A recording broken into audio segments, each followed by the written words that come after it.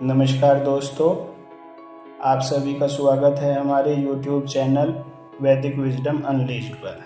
आज हम चर्चा करने जा रहे हैं एक टॉपिक पर जिसका नाम है वेदों की ओर लौटो। तो दोस्तों, शुरुआत करते हैं आज की चर्चा की। आज हम एक ऐसे महान संत, एक ऐसे विचारक, एक ऐसे महान ऋषि की बात करेंगे जिन्होंने हमारे समाज को सही दिशा दिखाने के लिए अपना पूरा जीवन समर्पित कर दिया। उनका नाम था महर्षि दयानंद सरस्वती। उनका सबसे बड़ा संदेश था वेदों की ओर लौटो। अब सवाल उठता है कि आखिर उन्होंने ऐसा क्यों कहा? क्या वजह थी कि उन्होंने इस नारे को पूरे भारत देश में फैलाया और भारत देश के साथ साथ संसार भर में इसको फैलाया? और आज ये है क्यों आज के समय में इतना ज़रूरी है? चलिए इस पर विस्तार से चर्चा करते हैं। महर्षि दयानंद सरस्वती जी का जीवन और उनकी सत्य की खोज के बारे में बात करते हैं। आइए देखते हैं कि उनका जीवन कैसा था। महर्षि दयानंद जी का जन्म 1824 ईस्वी में गुजरात के मोरबी क्षेत्र में टंकारा गांव में हुआ था। उनका बचपन का नाम मूलशंकर था। एक साधारण हिंदू परिवार में जन्म लेने के बावजूद उनकी सोच बचपन से ही कुछ अलग थी। एक घटना ने उनके जीवन को बदल दिया। शिवरात्रि की रात थी जब उन्होंने एक शिवलिंग के पास चूहे को प्रसाद खाते हुए देखा तो उन्होंने सोचा, जो भगवान खुद को नहीं बचा सकता वह हमारी रक्षा कैसे करेगा। यहीं से उनके मन में सवाल उठने शुरू हुए और उन्होंने सत्य की खोज का संकल्प लिया। एक्चुअल में हुआ क्या था कि शिवरात्रि के दिन उनके पिता बहुत बड़े शिव भक्त थे और वे चाहते थे कि मैं अपने बेटे को भी एक शिव भक्त बनाऊं। तो वे शिवरात्रि के दिन अपने बेटे को बोलते हैं कि बेटा, आज तुम्हें व्रत रखना है और मेरे साथ शिव जी की पूजा करने के लिए मंदिर में जाना है। तो वे अपने पिता की बात को मानते हुए उनके साथ जाते हैं। जाकर जो है उनको उत्सुकता थी कि आज हमें शिव जी के दर्शन होंगे। तो वो सभी अपने दोस्तों के साथ वहाँ गए हुए थे तो वे देखते हैं कि उनके दोस्त तो धीरे धीरे करके सो जाते हैं, लेकिन वे ईश्वर के दर्शन करने के लिए जागते रहते हैं। लेकिन कुछ समय बाद होता क्या है, वहाँ पर एक चूहा आता है जो उनके सामने रखे हुए शिवलिंग के सामने रखे हुए प्रसाद को खा रहा था। अब उसको देखकर महर्षि दयानंद सरस्वती जी के मन में इच्छा होती है, विचार आता है कि अगर ये भगवान है, ईश्वर है जो पूरे जगत की रक्षा करते हैं, तो फिर ये अपने सामने रखे हुए प्रसाद की रक्षा क्यों नहीं कर रहे हैं? ये सच्चे ईश्वर नहीं हो सकते। उनके मन में ये सारे विचार चल रहे होते हैं। फिर उनके दिमाग में एकदम विचार आता है कि मैं सत्य की खोज में यहाँ से जो है जाऊंगा और सत्य की खोज करूंगा कि सच्चा शिव है कौन। अब हम इससे आगे चलते हैं तो बात करते हैं कि वेदों की ओर लौटने का अर्थ क्या है। दोस्तों, महर्षि दयानंद का वेदों की ओर लौटो कहना सिर्फ एक धार्मिक नारा नहीं था। इसका मतलब है कि वह हम सबको अपनी जड़ों की ओर लौटने के लिए कह रहे थे। शुद्ध ज्ञान की ओर जाने के लिए वे हमें संदेश देना चाहते थे। जैसे धार्मिक शुद्धता, धर्म को कर्मकांडों, अंधविश्वासों और रूढ़ियों से मुक्त करना। मतलब अगर हम इस पे यहाँ विस्तार से चर्चा करने की कोशिश करें तो महाभारत के युद्ध के बाद संसार भर में जितने भी विद्वान लोग थे, पंडित महाज्ञानी लोग थे, जितने भी क्षत्रिय थे, वे सब लगभग समाप्त हो गए थे युद्ध की वजह से। बहुत ही ज़्यादा नुकसान हमारे देश को इसका उठाना पड़ा। धीरे धीरे जो कुछ पढ़े लिखे विद्वान लोग कहने के लिए रह गए थे, उन्होंने अपनी जीविका चलाने के लिए अपने अपने हिसाब से धर्म को परिभाषित किया, जिसमें बहुत सारे अंधविश्वास और रूढ़ियाँ उसमें समा गई।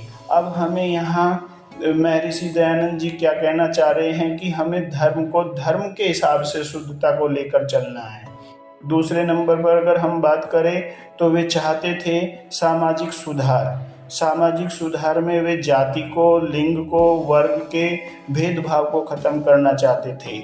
आज भी अगर हम देखें तो हमारा पूरा भारत समाज जातियों में, अलग अलग जातियों में बटा हुआ है, अलग अलग भेदभाव में, वर्गों में बटा हुआ है। वे चाहते थे कि पूरा समाज, हमारा पूरा देश सामाजिक सुधार के हिसाब से एक हो। उससे आगे अगर हम बात करें तो वे वैज्ञानिक दृष्टिकोण से भी हमारे देश को चलाना चाहते थे। वेदों में निहित वैज्ञानिक ज्ञान को समझाना और अपनाना चाहते थे, क्योंकि वेद सिर्फ हमारे धर्म की शिक्षा नहीं देते हैं, वेद में विज्ञान बहुत ज़्यादा हद तक भरा हुआ है। एक्चुअल में इस पूरी सृष्टि के अंदर जितना भी विज्ञान है वो सब वेदों में ही आता है। शिक्षा का प्रचार, हर व्यक्ति को शिक्षित और आत्मनिर्भर बनाने का उनका प्रयास था। वे चाहते थे कि हमारा देश जो तरक्की अगर करेगा तो वो तभी संभव है जब हमारे देश का हर एक व्यक्ति शिक्षित हो और वो आत्मनिर्भर हो। अब हम बात करते हैं महर्षि दयानंद के सुधारवादी विचार क्या थे। महर्षि दयानंद जी का मानना था कि वेद केवल पूजा पाठ के लिए नहीं है, ये जीवन जीने का एक पूरी गाइडलाइन है।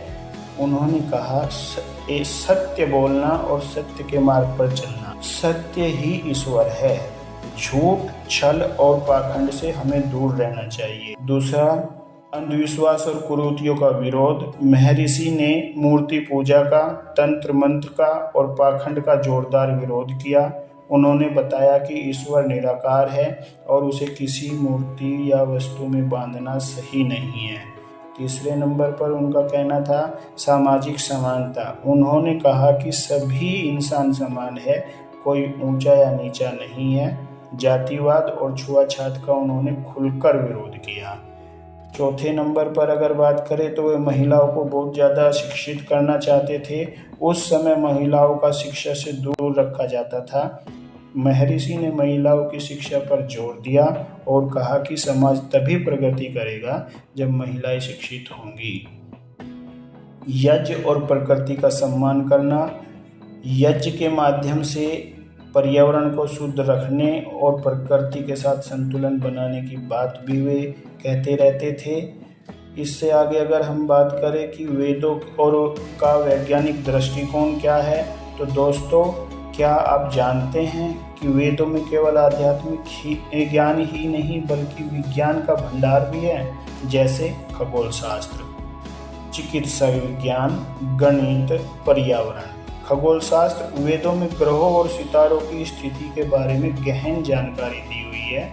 चिकित्सा विज्ञान की अगर हम बात करें तो आयुर्वेद जो सदियों से हमारे देश में चलता आ रहा है, आयुर्वेद हमारे वेद में से ही निकला हुआ है। वेदों में से ही जो मंत्र है उन मंत्रों को लेकर एक अलग आयुर्वेद हमारे ऋषि मुनियों ने बनाया है। गणित की अगर बात करें तो दशमलव पद्धति, ज्यामिति का वर्णन वेदों में मिलता है और हमारे ऋषियों ने बहुत ज़्यादा इसका अध्ययन करते हुए हमें दशमलव भी हमारे ही देश के ऋषि ने दिया था। और हमारे देश में बहुत ही वैदिक गणित जो आज के समय में भी चल रहा है और हमारे पाठ्यक्रम में भी शामिल है, वैदिक गणित भी हमारे वेदों की ही देन है। अब बात करते हैं पर्यावरण की। वेद हमें सिखाते हैं कि प्रकृति का सम्मान करना चाहिए और उसकी रक्षा करनी चाहिए, क्योंकि उसकी रक्षा करना यानी कि हमें अपने जीवन की रक्षा करने का मतलब बताता है। अगर हम प्रकृति की रक्षा कर पाएंगे तभी हमारा जीवन सुरक्षित हो पाएगा। अब बात करते हैं इससे आगे कि वेदों की ओर लौटो को आज के समय में कैसे इतना महत्वपूर्ण माना जाता है। अब सवाल यह है कि यह संदेश आज के युग में क्यों इतना जरूरी है। इसके ऊपर हम कई लगभग 3-4 नंबर पर 3-4 पॉइंट पर बात कर सकते हैं, जैसे आधुनिक समस्याओं का समाधान। आज हम पर्यावरण प्रदूषण, सामाजिक असमानता और मानसिक तनाव जैसी समस्याओं से जूझ रहे हैं। वेदों का ज्ञान हमें इनसे बाहर निकालने का रास्ता दिखा सकता है। सामाजिक सुधार, आज हमारे देश में जातिवाद फैला हुआ है, भेदभाव है, सामाजिक असमानता है। हमारे समाज में ये इतनी हद तक इनकी जड़ें फैली हुई है कि इसका हमें कोई समाधान नज़र नहीं आता। लेकिन अगर हम वेदों की तरफ दृष्टि डालते हैं तो वेद हमें सिखाता है कि सभी मनुष्य एक समान है। अगर हम सभी मनुष्यों को एक समान समझें तो जातिवाद, भेदभाव और असमानता का कोई सवाल ही नहीं रह जाता है। अब बात करते हैं धर्म की शुद्धता की। धर्म को अंधविश्वास और पाखंड से बचाने के लिए वेदों का मार्गदर्शन बहुत जरूरी है, क्योंकि आज के समय में हर कुछ समय बाद नया धर्म आ जाता है। कोई एक नया धर्म गुरु खड़ा होता है और वो बोलता है कि इस धर्म को अपनाओ, उस धर्म को अपनाओ। तो हमारी ये जनता भ्रमित रहती है कि हम एक्चुअल में धर्म है क्या, ये हम नहीं समझ पाते हैं। तो इस विषय पर अगर हम देखें तो वेद हमें सच्चा धर्म है क्या, धर्म के 10 लक्षण होते हैं, उन 10 लक्षणों को धारण करने के लिए वेद हमें पूरा मार्गदर्शन देता है। अब आगे बात करते हैं आध्यात्मिक और भौतिक प्रगति का संतुलन हमें वेद सिखाता है। आध्यात्मिकता और भौतिकता के बीच में संतुलन कैसे बनाए रखा जा सकता है, ये हमें वेदों की शिक्षा से पता चलता है। अगर हम सिर्फ और सिर्फ भौतिकता में आगे तरक्की करते चले जाए और आध्यात्मिकता को पीछे छोड़ दे तो एक समय ऐसा आता है कि इंसान नास्तिकता की ओर चला जाता है। क्योंकि भौतिकवाद जब हमें ऊंचाइयों पर लेकर जाता है तो वैज्ञानिक या इंसान ये समझने लगते हैं कि ये जो कुछ भी हो रहा है सब कुछ अपने आप हो रहा है, इसको करने वाला पीछे कोई ईश्वर या कोई ऐसी शक्ति नहीं है। लेकिन साथ साथ अगर हम आध्यात्मिकता को लेकर चले तो हमें पता चलता है कि हम आत्मा, प्रकृति और ईश्वर, ये 3 शाश्वत चीज़ें हैं जो कभी नश्वर नहीं होती।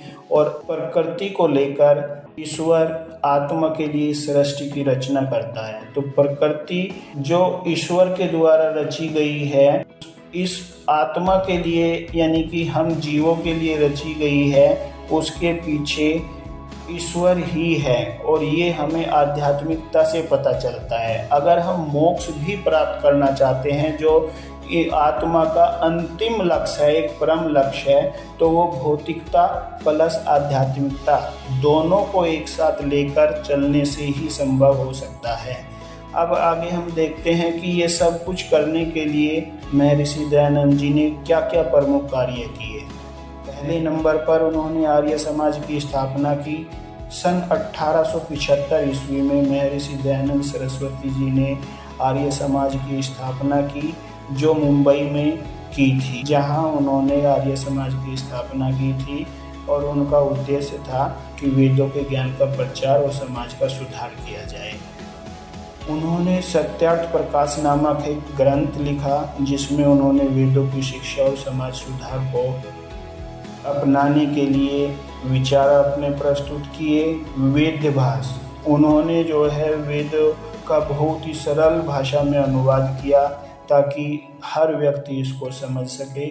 और सामाजिक आंदोलन, उन्होंने सती प्रथा, बाल विवाह और जातिवाद जैसी कुरीतियों के खिलाफ आंदोलन भी चलाए।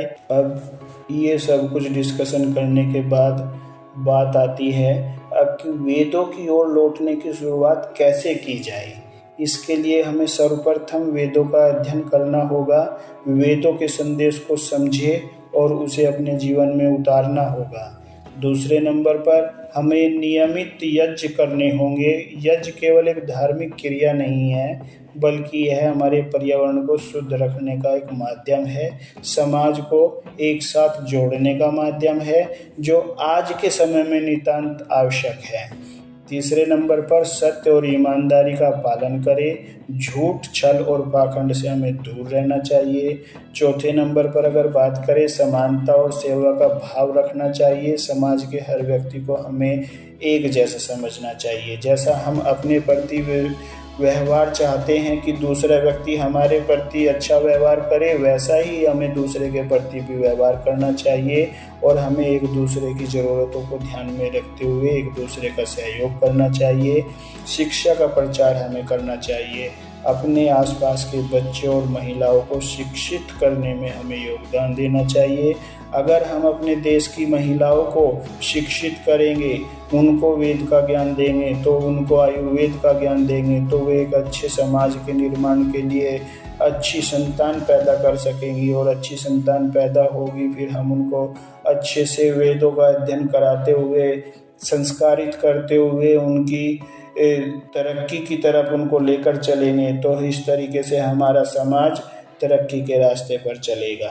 अब इस सारे डिस्कशन के बाद एक छोटे से निष्कर्ष के रूप में हम देखते हैं कि महर्षि दयानंद सरस्वती का वेदों की ओर लौटने का संदेश केवल अतीत की बात नहीं है, यह आज भी इतना ही प्रासंगिक है, आज भी इसकी इतनी ही ज़रूरत है। अगर हम वेदों के ज्ञान को अपनाते हैं तो हम न केवल अपने जीवन को बेहतर बना सकते हैं, बल्कि अपने समाज को और देश को प्रगति की ओर ले जा सकते हैं। तो आइए इस संदेश को अपने जीवन में अपनाएं और दूसरों तक पहुंचाएं। हमारी इस यात्रा में वैदिक विजडम अनलीज्ड चैनल की इस एक मुहिम में हम आपसे प्रार्थना करते हैं कि आप सभी हमारे चैनल को सब्सक्राइब करें, ज़्यादा से ज़्यादा लाइक करें, वीडियो को शेयर करें और हमारा सहयोग करें। तो आपका इस पूरी वीडियो को देखने के लिए, सुनने के लिए बहुत बहुत धन्यवाद।